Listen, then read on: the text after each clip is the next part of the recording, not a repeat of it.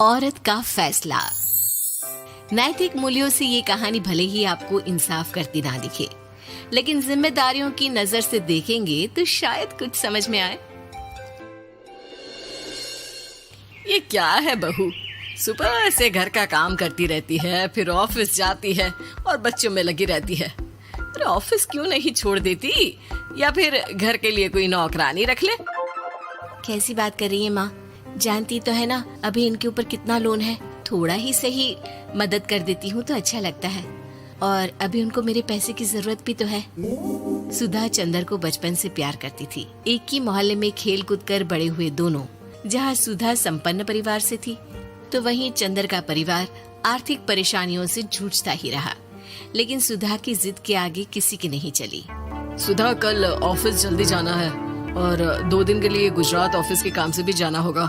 अरे कैसी बात कर रहा है बेटा, बहू को अगले महीने बच्चा होने वाला है, इस वक्त तो उसके साथ रहे। अरे कोई बात नहीं ना माँ, उनको जरूरी काम होगा, वरना मेरा चंदर ऐसे वक्त में मुझे छोड़कर कभी नहीं जाता।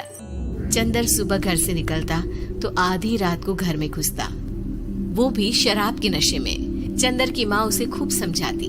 अरे माँ, देख रही हो ना कितना कर्जा है सर पर, काम करना पड़ता है। दिन रात काम नहीं करूँगा तो घर कैसे चलेगा।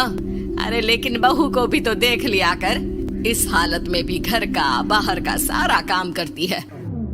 चंदर तो जैसे माँ की बात सुनकर भी अनसुना कर देता है। ऑफिस के बाद चंदर का फोन माँ के पास आता है। माँ, वो ऑफिस के काम से आज रात के लिए पास के शहर के ऑफिस जाना पड़ रहा है, कल सुबह आ जाऊंगा।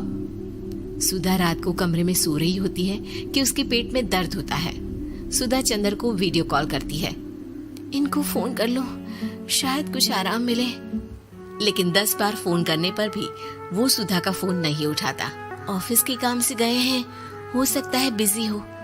कितनी मेहनत कर रहे हैं हम लोगों के लिए। सुधा सो तो जाती है, लेकिन अकेले उसे कमरे में डर लगता है। अगले रोज चंदर घर आता है, जहाँ सुधा ऑफिस जाने के लिए तैयार हो रही थी। तुम आज भी ऑफिस जाओगे? कल रात भर तो ड्यूटी की है, थक जाओगे, छुट्टी ले लो ना। अरे नहीं, कैसी बात कर रही हो, ये तो पॉसिबल ही नहीं है। अच्छा रुको, मैं जल्दी से तुम्हारा खाना और नाश्ता बना देती हूँ। बेचारी सुधा ऑफिस जाना छोड़कर लग जाती है पति के लिए खाना बनाने, उसके कपड़े प्रेस करने और जरूरत का सामान मुहैया कराने के लिए। हो सके तो रात की ड्यूटी मत लिया करो ना, मुझे बहुत डर लगता है। अरे यार क्या है, तुम तो ऐसे बिहेव कर रही हो कि तुम ही अकेली हो जिसे बच्चा होने वाला है। इतने लोगों के पति जो काम के सिलसिले में बाहर होते हैं, उनका क्या?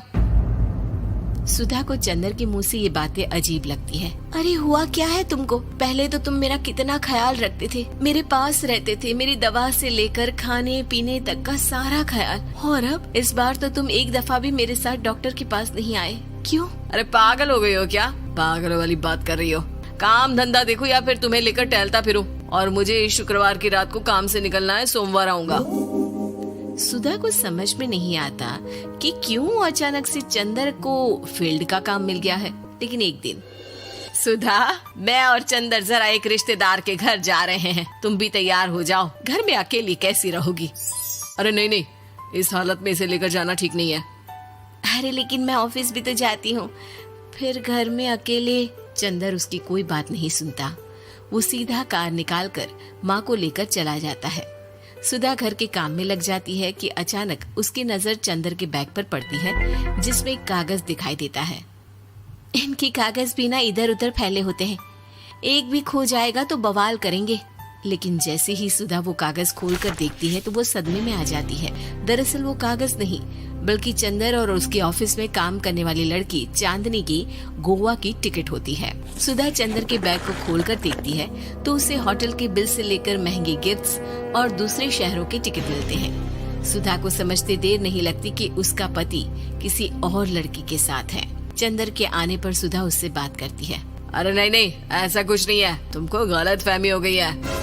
लेकिन जब सुधा के सवाल तीखे हो जाते हैं तो चंदर को अपनी गलती माननी पड़ती है और वो सुधा से माफी मांग लेता है। सुधा फैसला कर लेती है कि वो चंदर को छोड़ देगी। बच्चे और सामान को लेकर वो घर से निकल ही रही होती है कि सास उसे रोकती है।